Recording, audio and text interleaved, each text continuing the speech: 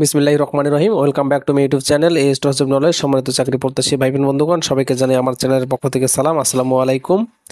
Bangladesh corporate ব্যাংকগুলোর মধ্যে অন্যতম একটি ব্যাংক হচ্ছে এক্সিম ব্যাংক। এক্সিম ব্যাংক সম্প্রতি ম্যানেজমেন্ট ট্রেইনি অফিসার পদে নিয়োগের জন্য একটি বিশাল নিয়োগ বিজ্ঞপ্তি প্রকাশ করেছে। আজকে আমি আপনাদেরকে সেই নিয়োগ বিজ্ঞপ্তি সম্পর্কে বিস্তারিত আলোচনার পাশাপাশি কিভাবে আপনারা অনলাইনে এই ম্যানেজমেন্ট ট্রেইনি অফিসার পদে আবেদন করবেন সেটি আমি আপনাদেরকে সরাসরি দেখাবো।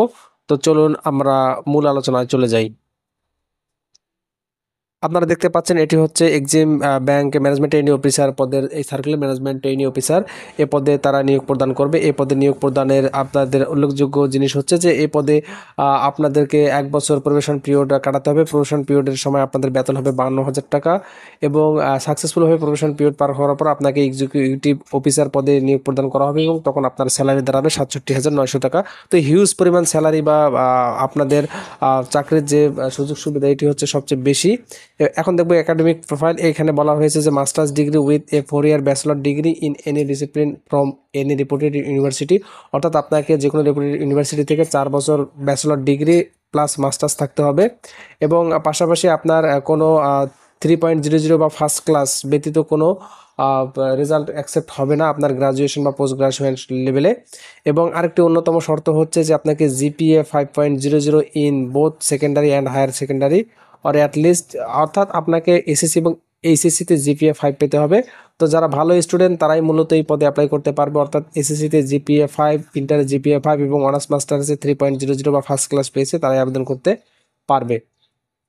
তো এরপরে আমরা দেখব যে অন্যান্য যে শর্তগুলো রয়েছে সেগুলোর মধ্যে উল্লেখযোগ্য হচ্ছে যে আপনাকে আগামী 30 এপ্রিল 2025 এর মধ্যে আপনার বয়স 32 বছর হতে হবে, অর্থাৎ আপনি 30 এপ্রিল 2025 পর্যন্ত অ্যাপ্লাই করতে পারবেন। অ্যাপ্লিকেশন ডেডলাইন হচ্ছে 30 এপ্রিল 2025।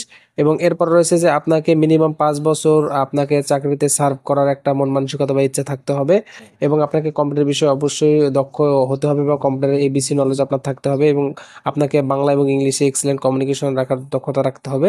তো এটি হচ্ছে মূলত এক্সিম ব্যাংক এর যে ম্যানেজমেন্ট এডি অফিসারের পদের যে অ্যাপ্লিকেশন বা জব সার্কুলারের যে উল্লেখযোগ্য যে শর্তগুলো রয়েছে সেগুলো হচ্ছে এটি।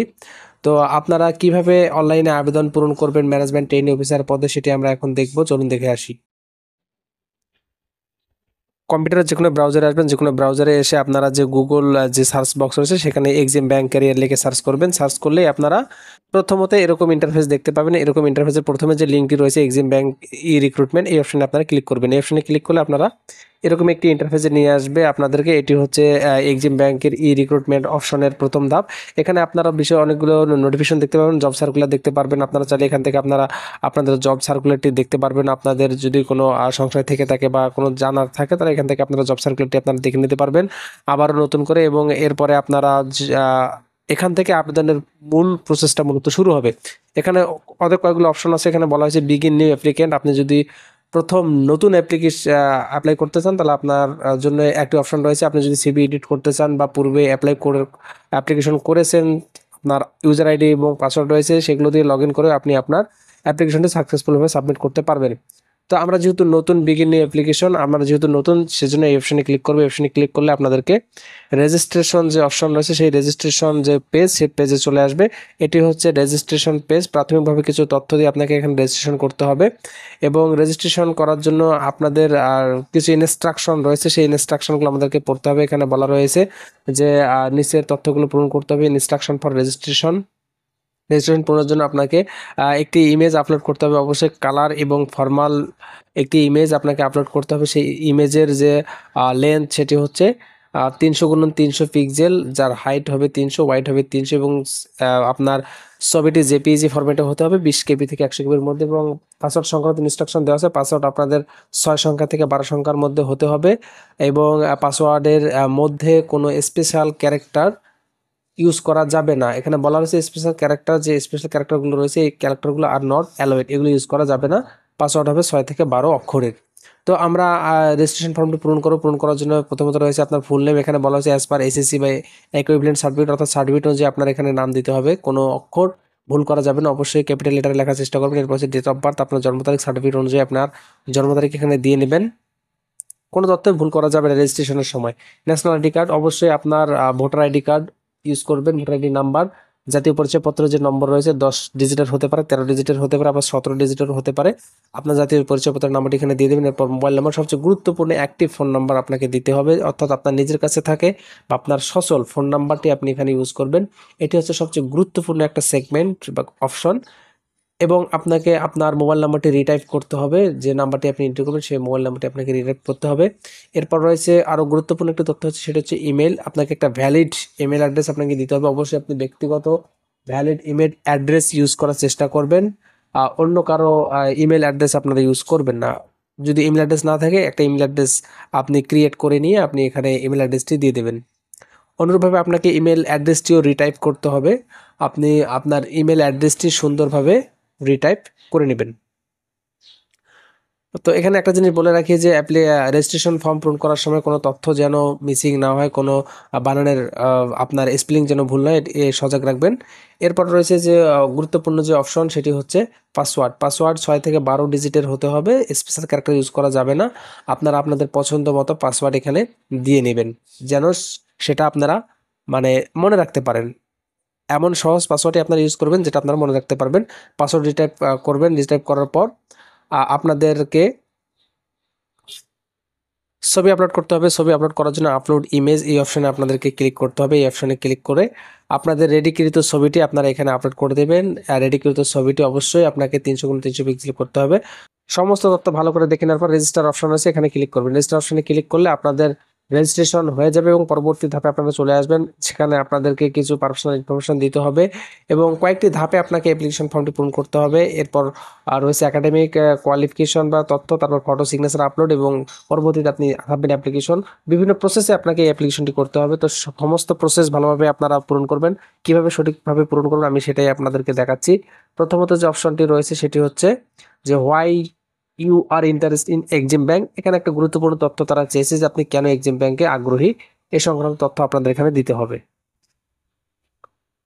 তো এই তথ্যটি আপনারা কিভাবে পূরণ করবেন? এই তথ্যটি পূরণ করার জন্য আপনারা গুগল ট্রান্সলেট বা গুগলের সহায়তা নিতে পারেন। আপনার যে মনের কথা, সে মনের কথা আপনারা গুগলে ট্রান্সলেট করতে পারেন। আমি যেরকম দিয়েছি যে আমার স্বপ্ন ব্যাংকিং খাতে কেরিয়ার করার, এবং আমি মনে করি এক্সিম ব্যাংক আমার স্বপ্ন পূরণের অন্যতম প্ল্যাটফর্ম। এটি বাংলাদেশের অন্যতম কর্পোরেট ব্যাংকগুলো থেকে স্বতন্ত্র।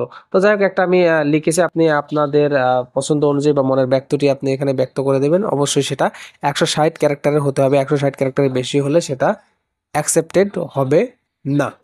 তো আমারটা একটু বড় হয়ে গেছে, আমি সেখান থেকে সংকোচন করে আমি 160 ক্যারেক্টারের মধ্যেই রাখার চেষ্টা করতেছি।